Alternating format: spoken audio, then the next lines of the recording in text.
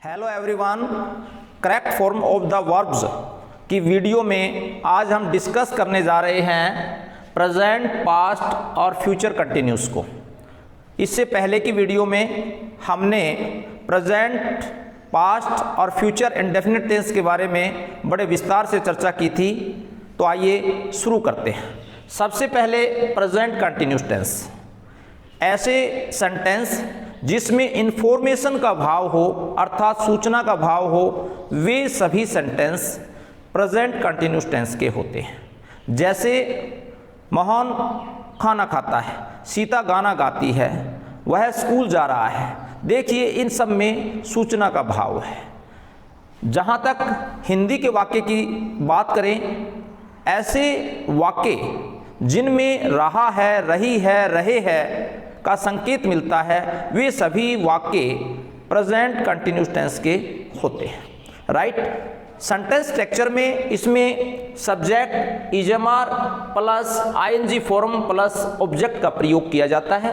ध्यान रहे आई के साथ एम का, ही, सी, इट और सिंगुलर नाउन के साथ इज का और प्लूरल नाउन के साथ आर का प्रयोग किया जाता है। जहाँ तक रूल्स की बात है तो रूल्स फर्स्ट में ऐसा कोई भी कार्य जो प्रेजेंट में जारी है और वो कंटिन्यू जारी है, उनमें आईएनजी फॉर्म का प्रयोग किया जाता है। एग्जाम्पल लेते हैं, पूजा इज सिंगिंग ए सॉन्ग। यहां देखिए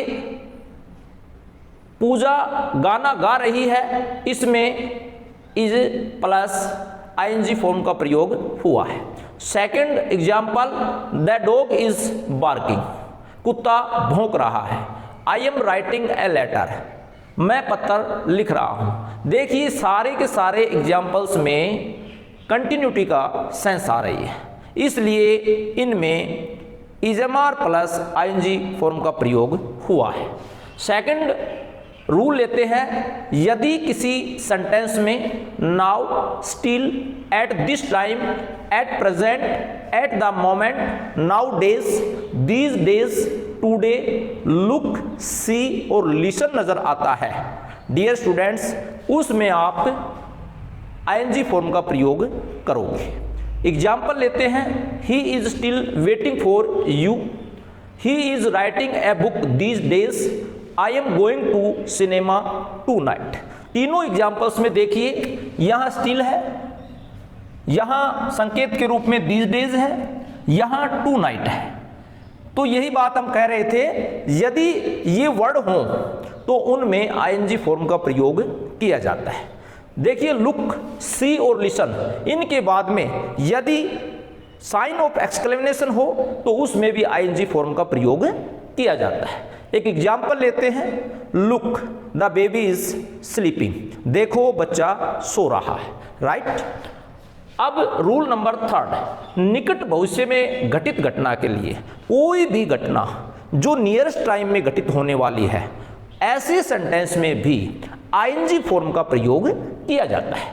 जैसे example, I am buying a car next month. मैं अगले महीने कार खरीदने वाला हूं।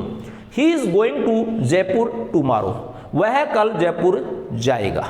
देखिए टुमारो और नेक्स्ट मंथ से इसमें नियरेस्ट फ्यूचर की सेंस आ रही है।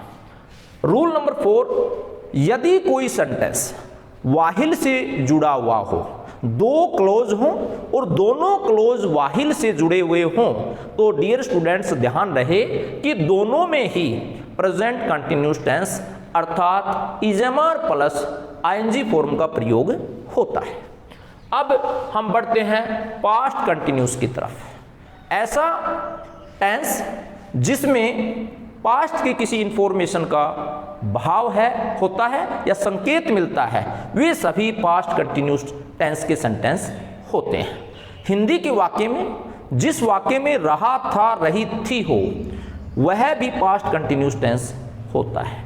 जैसे वह गाना गा रहा था, वह गाड़ी चला रहा था, माली फूल तोड़ रहा था, ये he was writing a letter, वह पत्र लिख रहा था, सी वो सिंगिंग ए सॉन्ग, वह गाना गा रही थी। ऐसी सेंस आपको अवश्य मिलेगी। सेंटेंस स्ट्रक्चर में सबसे पहले सब्जेक्ट का प्रयोग होता है, फिर वाज वर्ब का, फिर उसके बाद में V1 प्लस ING और ऑब्जेक्ट का प्रयोग किया जाता है। ध्यान रहे सिंगुलर नाउन के साथ वॉज का प्रयोग और प्लूरल के साथ वर का प्रयोग किया जाता है। नेगेटिव सेंटेंस में वाज वर्ब के साथ नोट का प्रयोग होता है और इंटरोगेटिव सेंटेंस में वाज वर्ब का प्रयोग सब्जेक्ट से पहले किया जाता है और अंत में प्रश्नवाचक चिन्ह का प्रयोग किया जाता है। अब हम पास्ट कंटिन्यूअस टेंस के रूल्स देखते हैं।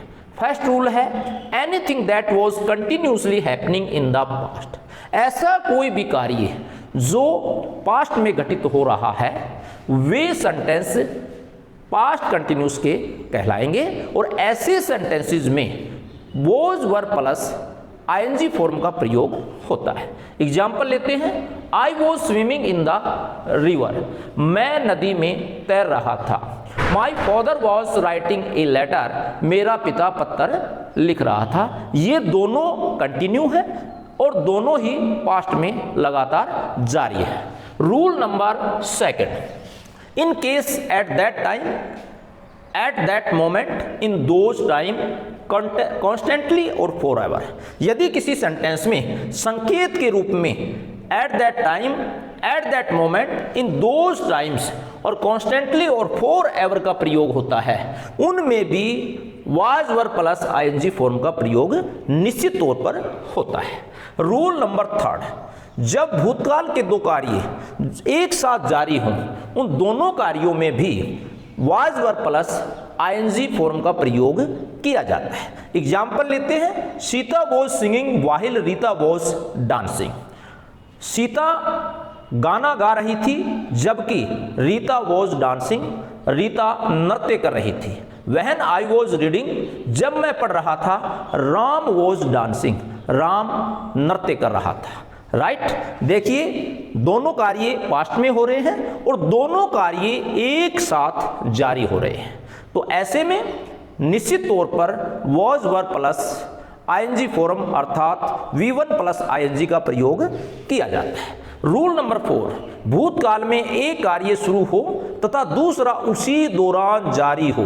भूतकाल में पास्ट में दो कार्य होंगे, जो कार्य शुरू हुआ है उसमें पास्ट इंडेफिनिट टेंस अर्थात V2 अर्थात वर्ब की सेकंड फॉर्म का प्रयोग किया जाता है और जो कार्य पहले से जारी हो उसमें पास्ट कंटिन्यूअस टेंस अर्थात was verb plus V1 plus ING का प्रयोग होता है। एग्जाम्पल लेते हैं, when I entered the room, जब मैं कमरे में घुसा, ही वॉज स्लीपिंग, वह सो रहा था।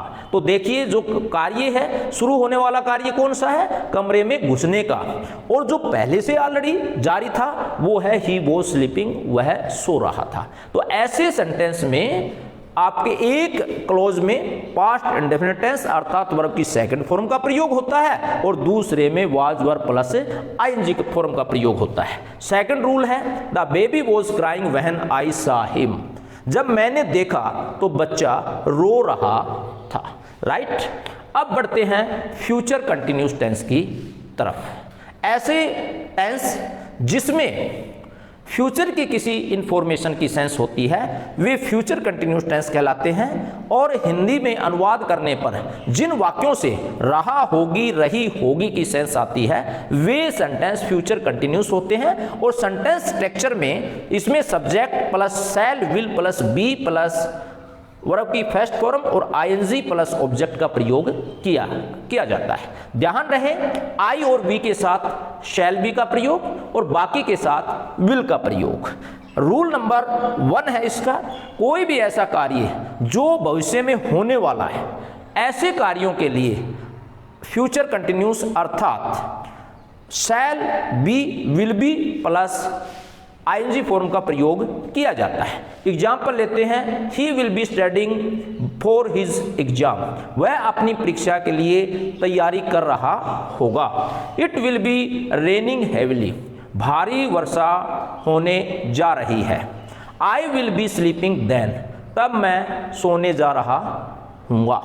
राइट अब रूल नंबर सेकंड, यदि किसी सेंटेंस में संकेत के रूप में, हिंट के रूप में at plus time plus tomorrow या एट दिस टाइम या at this moment plus tomorrow या नेक्स्ट डे नजर आता है, ऐसे सेंटेंस में आप shall be, will be plus verb की फर्स्ट फॉर्म के साथ आईएनजी का प्रयोग करोगे। Example, he will be playing against England at this time tomorrow. देखिए यहाँ एट दिस टाइम टुमारो है, तो ये संकेत के रूप में मिल रहा है, इसलिए यहाँ will be plus ING form का प्रयोग हुआ है। They will be studying at 2 PM tomorrow. यहाँ देखिए at plus time plus tomorrow का प्रयोग हुआ है, इसलिए इसमें भी will be plus ING form का प्रयोग हुआ है। डियर स्टूडेंट्स, आज की ये वीडियो जिसमें हमने डिस्कस किया है प्रेजेंट कंटिन्यूस का, पास्ट और फ्यूचर कंटिन्यूस का, मैं उम्मीद करता हूं कि ये वीडियो आपको बहुत पसंद आई होगी। यदि आपको ये वीडियो पसंद आई है तो आप लाइक ज़रूर करें, चैनल को सब्सक्राइब करें, और यदि इस वीडियो से संबंधित आपको कोई शंका है तो आप कमेंट बॉक्स में जाकर कमेंट अवश्य दें। अगली वीडियो में फिर मिलेंगे, तब तक बेस्ट ऑफ लक।